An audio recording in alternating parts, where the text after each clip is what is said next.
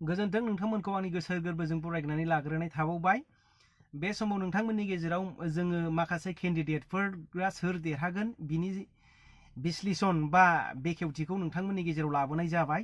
आङो गसाइगाव एरियानि दिनैहाय जों नुनो मोनदों BPF हान्जाखौहाय जे सभाराम बसुमतारी बिथांखौहाय देरहाखागोन आरो बिथांमोनहा BPF हान्जानि सुबुंफ्रा दिनै बेदर बायनानै दोनखानो हागोन बायदिखौ आङो नुदों। रायजो राजाफोर दिनै अनिन्द बसुमतारी बिथांमोनहाबो एसे चान्स दङ, जुदि मुस्लिम आरो माखासे ख्रिस्टियानफोरनि भटखौ बिथांमोनहा लाबोनो हायोब्ला दिनै माखासे मुस्लिम आरो ख्रिस्टियानफ्रा नैबे NDA एलायन्सि हिसाबै माखासे ख्रिस्टियान आरो माखासे जे मुस्लिमफ्रा दिनैहाय BPF हान्जानिफ्राय नागारलांगोनखौ जोङो नुनो मोनदों।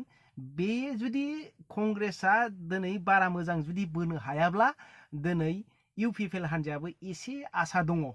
आंनि मोनदांथिनाय बायदिब्ला सभाराम बसुमतारी जाय सापर्ट खालामदों BPF हान्जाखौ बिथांमोनहा बेदर बायनानै दोनखानो हागोन बायदिखौ आं नुदों रायजो राजाफोर।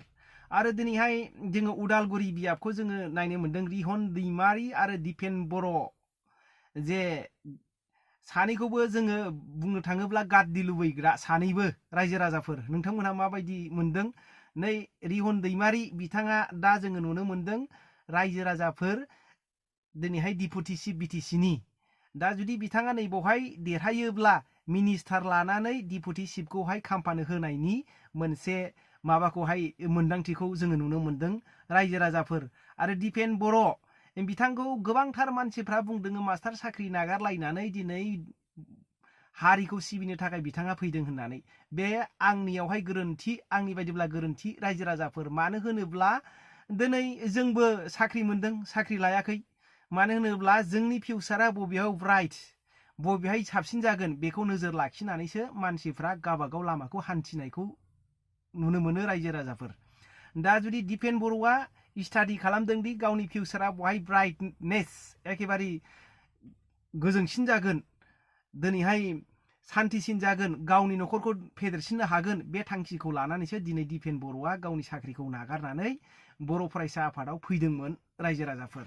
सोरबाया जुदि साख्रि नागारनाय बिथांखौनो जोङो दैखो हरनांगौ होननानै बुङोब्ला बे गोरोन्थि।